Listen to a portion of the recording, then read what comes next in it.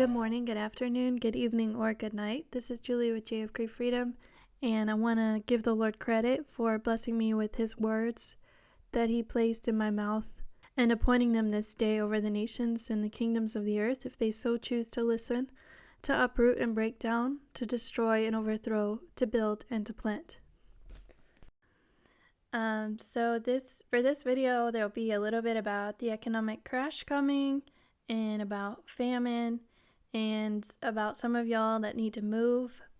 And it is also for the dudes today, a large portion of the message. And there will be like a small update from my side, but it's again led by the Holy Spirit because He's guiding me on what I'm allowed to say. And basically, I can't really go into details on some of the things you will hear today in the Rhema. So you will have to pray to the Lord if you want more intel or more info on that. Because you won't be getting it from my side. I'm only allowed to share certain things. I did receive this today. I never meant for my lovely ones, whether inside and out or not included, but I digress, to feel like losers. But you see, dear one, my word expressly warns you, lovely people, of this very thing. You will be hated, reviled, cast out of society, dear ones. And for what exactly? Because, sweethearts, you are dear to me, the great I am that I am. Slow down the audio, my sons, if you need to. For she must push forward with these messages in a timely manner if she's meant to get it all done in time before some little spotsies start going wonkers on her. A word, where's Mama? What's she doing? And, oh, she's making a video. I want to be in on the action. They're in kindergarten right now. Much as many of you feel in this hour, my dudes, wanting to take and grab something by the neck and rip it to shreds in my name. Whoa, whoa, no, my sons of the hour. Despite the or your anger and rage that rolls around in some of your chests, breasts, for no reason. But wait, she says, sees through I am guiding her pen and heart this Friday, February, cold humanity morning. Some of you, many actually, my sons, have very good reason to, every right to be angry, much as she was in the fall, for a little big bit of persecution coming her way, but we leave those comments to lie like a pile of leaves in the fall. And fall, my sons of the hour, all humanity is about to fall on their knees in a pretty terrible way, for I am to witness, as many of you have. Okay. Sometimes I get like two sentences at once. So he said, as many of you have fallen for the technology, and then he says, many of you have watched that Shiza from now on by not watching it so much if you catch I am's drift, my sons of the hour. Daughters too, of course, but this part hits the dudes in the gonads. It will motivate them to man up in this hour. To man up in this where are all the good men hour. Not many, my loves. Not many real men left. So be a dear to I am versus a deer in the headlights. Look, where can I find any real friends in this hour? Well, my dudes, you may have to be like my little big-breasted sparrow for a time and rewind all relationships, rethink, backtrack from the people you know are bad for you, family relationship status included or no. For finally, my sons, I am declares to you all listening today, righteously so or in judgment on her non-slick A-word, when will she start making those same stupid errors again? So he didn't finish that sentence, but basically he meant like, finally I have cut off, for sure, a lot of bad relationships in my life. Some were good, but some were bad. And the good ones I lost on accident. The Lord laughs at this point. Oh, you silly nitwits. How many times do I have to tell you, dear ones? Not so dear to I am for this, I am reveals to you today, but I digress. Worth it. It's not worth it to obsess over these little, big slips of the mouth, details she muzzle, my loves. She operates now finally in obedience, without kicking and screaming, to the great I am that I am, has placed a huge heavy burden to her. Can't believe she's kept her shies it together on this score for so many months now. Feels as if she could go insane at times. And no, my loves, she's not even allowed to talk to the great I am out loud, for she is being watched like a hawk, for her flaws slowing to a trickle, and soon, in her mind. Doing it now, my loves, daily, cleaning up that saucy, ragey thoughts, too slick for her own good at times, but doesn't come across that way at all when she bleats her sweet lamb-like bleat. Come and get me, save me. She longs to say these things to anyone, dear ones, but especially the Boaz of a very slick man, who finally, my loves. And here he has a private sentence for me. Anyway, as I was saying, hops, my sons of the hour. He finally grew a pair and has hopped her way a couple times to chat up this sweet mama filly. A filly on the, no, not the bedroom score, you silly nitwits, but rather on the how do I make real friends and keep them sticking around me in true love and loyalty. Well, my loves, he's here, and scared, scared S-less of an ogre, of an Austrian, German, berserker type of man who would ruin all if he even caught a whiff of what's going on. Nothing going on, my loves, between those future lovebirds, except these little hops into each other's territory to see what's up, Buttercup. And why are you so silent on the divorce details? He wonders at her, and righteously so, in this hour. Do you see, my dears? I hopes you can see the level of obedience this dear Frau is operating under to I am at this point. And Frau is the word in German for a married woman, basically. Not a Frau to the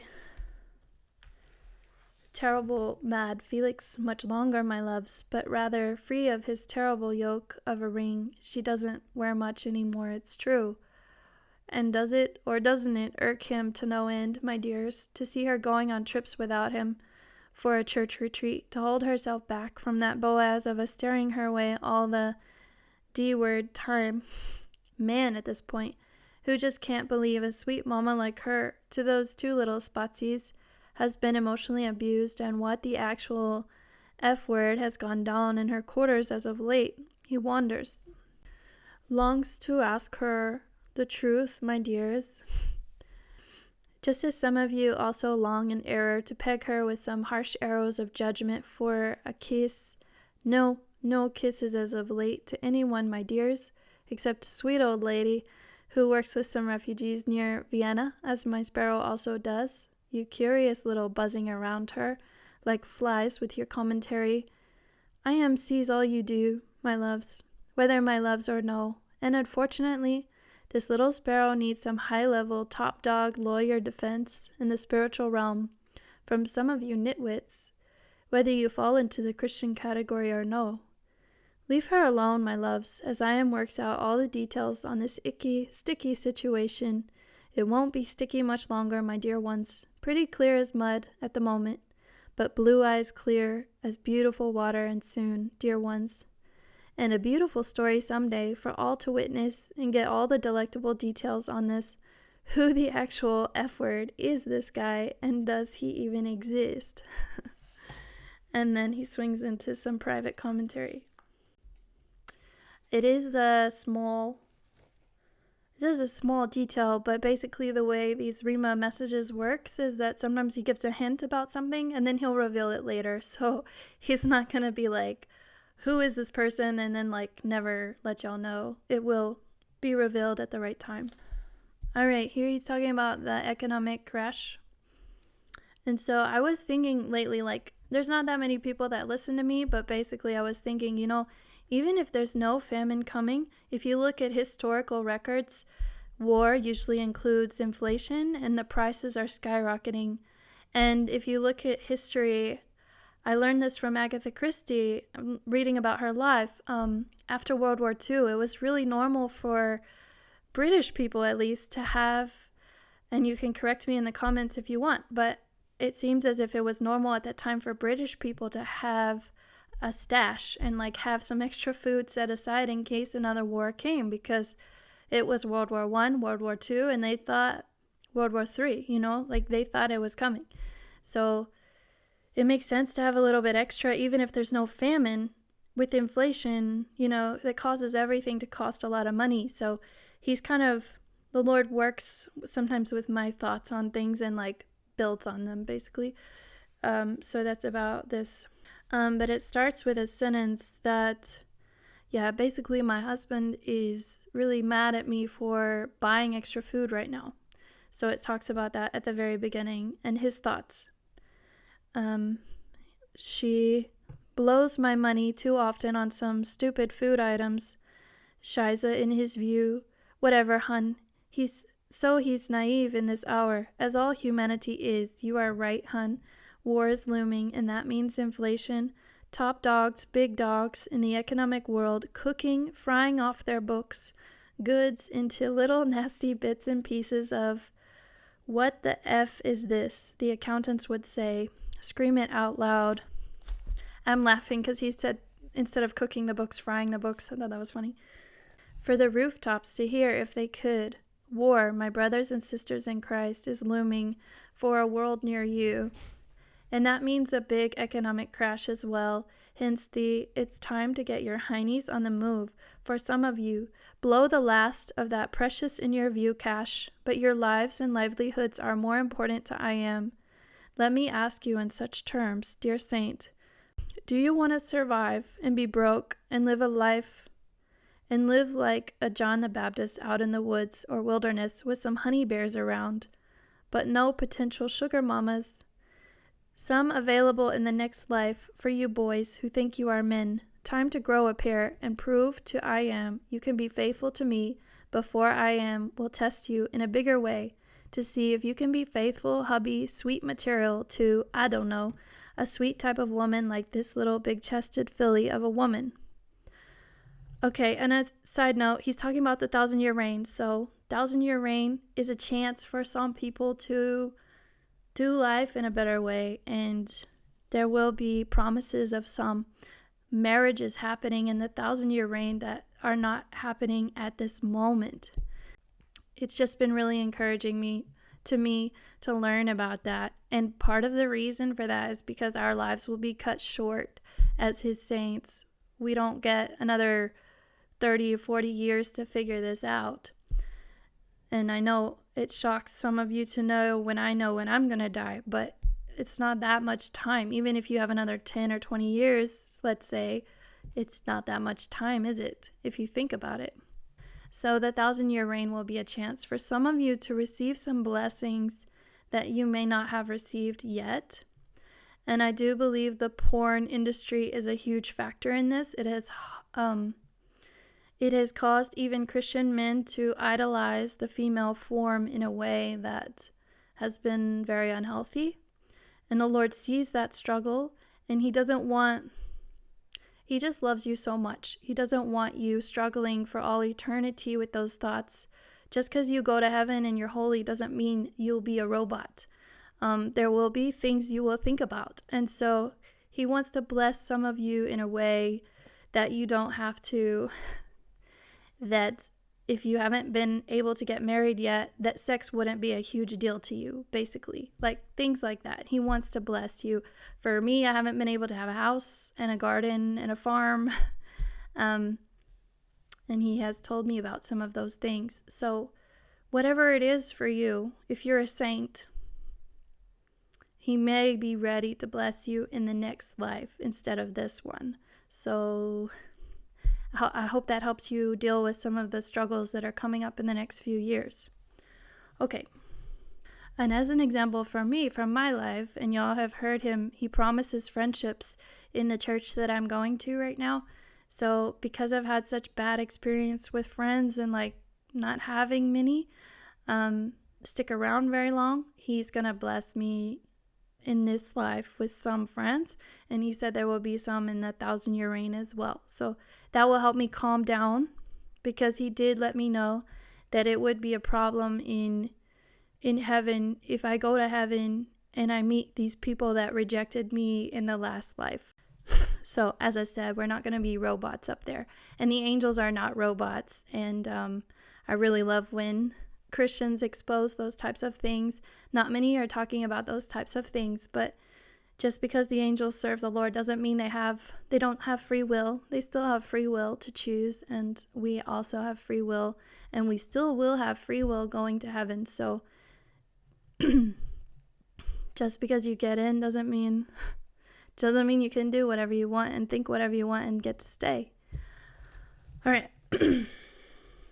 There's a little tidbit of some of the things that he talks to me about, but if I'm able to share stuff with y'all, then I do. Okay. All right. So he was saying, some of you will be blessed with some wives in the 1,000-year reign. And then he was talking about me. I wants this Boaz too bad. In some ways, it's true, my sons of the hour, but needs, dude. Not just sexual ones. She needs a hero, literally, and so, but I digress. Anyway, dudes, as she has been longing to tell you, dear ones, but afraid to make a video with not enough content to lure the audiences online, it's okay, hun, to make 2 or 3 minute videos sometimes. And there he stopped at that portion. All right, and I usually tell y'all what happened at the very end. This time the greeting at the end was just to me. It just said, "Ciao, Bella."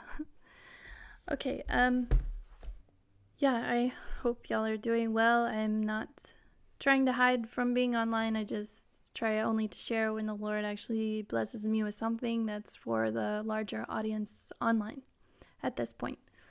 Remember, if you direct your heart on the right path and stretch out your hands to Him, if sin is in your hand, put it far away from you, and do not let wrongdoing dwell in your tents.